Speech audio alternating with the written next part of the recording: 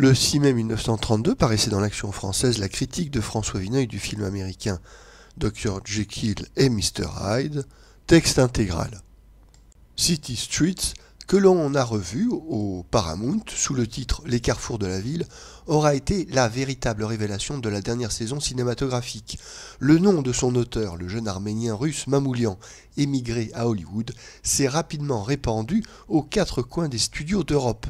Nous avons été l'un des premiers à écrire dans cette page le nom de Mamoulian, et nous n'en tirons aucune vanité. Ce serait à désespérer de soi et de tout si l'on n'était pas capable de signaler, une fois tous les 2 ans, un homme nouveau, quand on déplore chaque semaine les préjugés des marchands, la routine, les faiblesses et les démissions des artistes en place. City Streets, dont la version originale a trouvé asile au Vieux Colombier, est une réussite unique, de virtuosité, une des spéculations les plus adroites qui soit sur les réactions physiques des spectateurs, réactions beaucoup moins grossières que pour la plupart des films policiers, le sens du mouvement étant sollicité seul.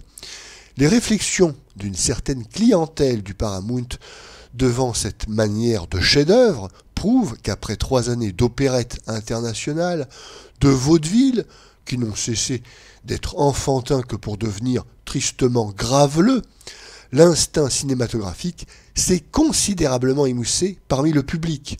Le temps n'est plus, ou une salle entière, se laisser emporter par une belle cadence visuelle. L'anecdote seule compte.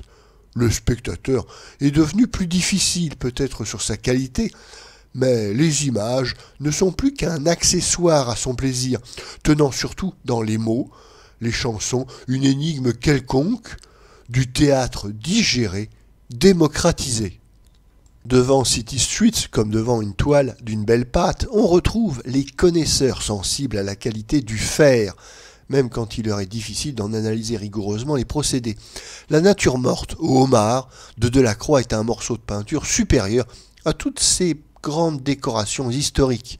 De même, City Streets, simple histoire de brigands américains, éclipse par la beauté de sa facture plusieurs autres films d'un contenu dramatique plus neuf et plus noble.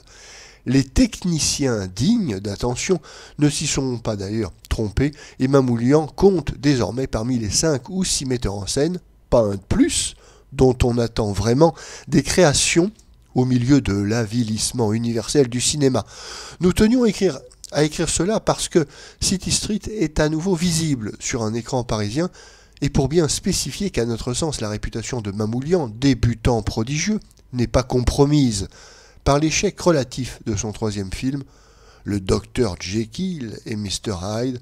Cette défaite illustre plutôt, après tant d'autres, la quasi-impossibilité des transcriptions cinématographiques d'ouvrages achevés déjà dans leur forme littéraire.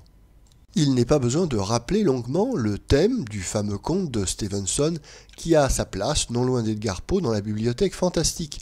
Toutes les autres rêveries sur le dédoublement de la personnalité ne sont que de pénibles machinations pseudo-scientifiques auprès de la confession de ce médecin londonien qui, bravant Dieu, avait trouvé le moyen de prendre à volonté un second aspect, celui de M. Hyde, personnage uniquement formé de tous les mauvais instincts du docteur Jekyll.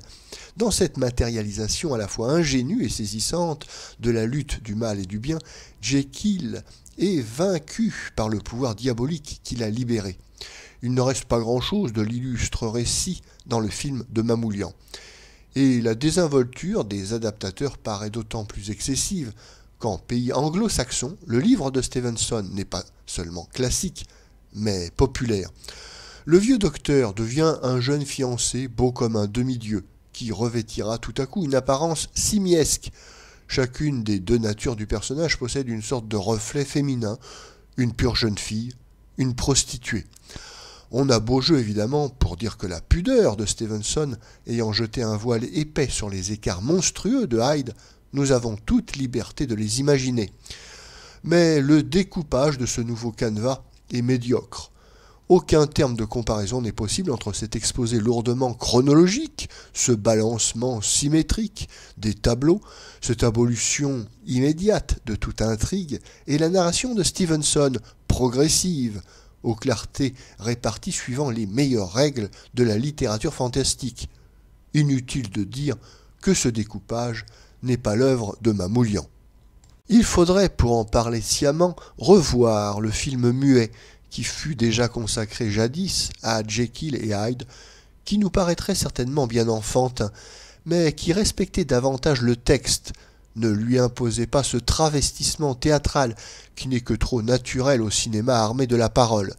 Dans un cas comme dans l'autre, éclate l'impuissance du jeune cinéma, grevé d'écrasantes servitudes matérielles, à traduire dans sa propre langue, si mécanique et si pauvre encore, des ouvrages de l'esprit conçus dans la libre solitude du cabinet. L'inextricable machinerie du 7e art n'est pas encore prête à rivaliser avec la plume dans l'exécution de l'ordre créateur. Le cinéma n'est encore qu'un bel enfant balourd, épelant avec maladresse le vocabulaire infini des poètes. Nous attendons un élargissement du cinéma dans son domaine spirituel avec une confiance justifiée déjà par les efforts couronnés de Chaplin, de René Clair. Il est remarquable que ces maîtres conçoivent leurs films directement pour l'écran. Les vaudevilles qu'utilise Clair sont entièrement repétris, avec un souci constant d'employer à fond ces moyens, de les plier à leurs injonctions les plus délicates, mais aussi de ne jamais les forcer, de ne tricher jamais avec eux. Devant une œuvre littéraire aussi définitive que Jekyll et Hyde, l'auteur de films reçoit nombre de suggestions visuelles qui peuvent devenir aussi obsédantes qu'un sujet de roman ou de fresque, mais qui demeurent fragmentaires. Quand il aura donné une forme, commencera la lutte avec tout ce qui lui était impossible de voir, tout ce qui, dans le verbe, demeure irréductible à l'image, avec une méthode d'exposition radicalement opposée à celle de l'écran. Quelles ne seront pas les difficultés de l'entreprise lorsqu'il faudra, comme dans Jekyll et Hyde, y associer des intentions d'une essence purement morale, quand elles ne sont pas au bord de la métaphysique.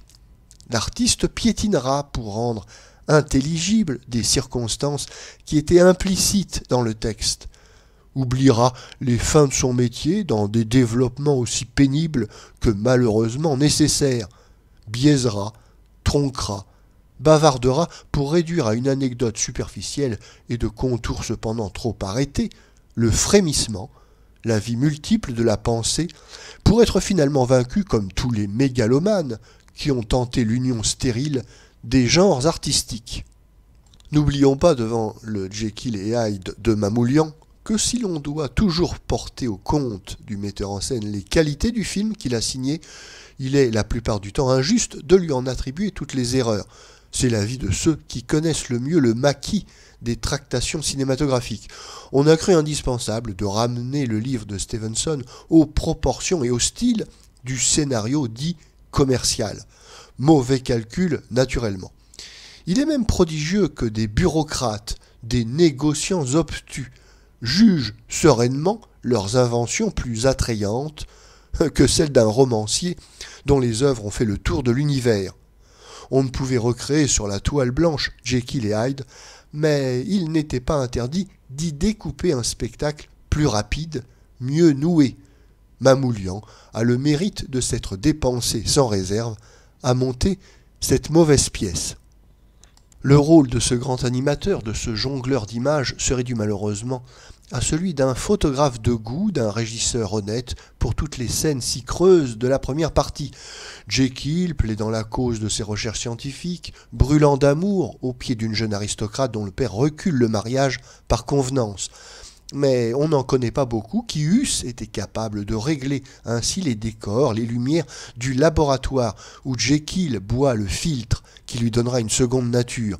Le faciès de Hyde, tenant de l'anthropoïde et du forçat, et d'une invention assez banale, mais les scènes de la transformation de Jekyll en Hyde, ou de Hyde en Jekyll, dont rien n'est escamoté, sont un tour de force unique dans les annales du cinéma. Le triomphe du trucage et du maquillage. Maints tableaux, glanés à travers ce film en somme ennuyeux, méritent de demeurer aussi célèbres. Les fureurs de Hyde, ses deux forfaits, la chasse finale aux monstres, médiocre dénouement policier si l'on songe au conte, mais en soi très beau fragment de cinéma. Ce ne sont pas les gros plans de Hyde qui inquiètent et suggèrent la puissance maléfique du personnage, mais sa silhouette élastique, son agilité, son invulnérabilité de démon, traversant les vitres comme un cerceau de papier, s'accrochant au plafond comme une chauve-souris, dont il semble d'ailleurs posséder les ailes avec cette cape noire et blanche, claquant dans ses bonds aériens. On reconnaît là sans concession ce lyrisme du cinéma américain fait de rapidité, de violence, si différent de la brutalité appuyée des Germains et dont Mamoulian est peut-être aujourd'hui le plus vigoureux représentant. Frédéric March n'a pas un trait commun avec le Dr Jekyll du conte et de notre imagination. On ne peut cependant négliger la révélation de ce bel inconnu, capable de dépenses physiques quasi héroïques, s'il est vrai, comme nous le pensons, qu'un cinéaste modèle ses interprètes à son gré. On doit à Mamoulian 2 émouvantes créations féminines, Rose Hobart, un peu molle, mais si jolie, si bien photographiée dans ses dentelles blanches, et surtout Miriam Hopkins, aidant l'auteur de sa grâce capiteuse, de son intelligence rapide, une des jeunes artistes américaines qui feront le plus sûrement leur chemin. Mamoulian a reconstitué encore avec amour les cadres et les paysages de l'époque victorienne. Il a sauvé l'honneur dans une partie perdue d'avance. Mais ce n'est certainement pas le dernier mot d'un artiste, trop maître de son métier, pour se contenter longtemps de traduire la littérature.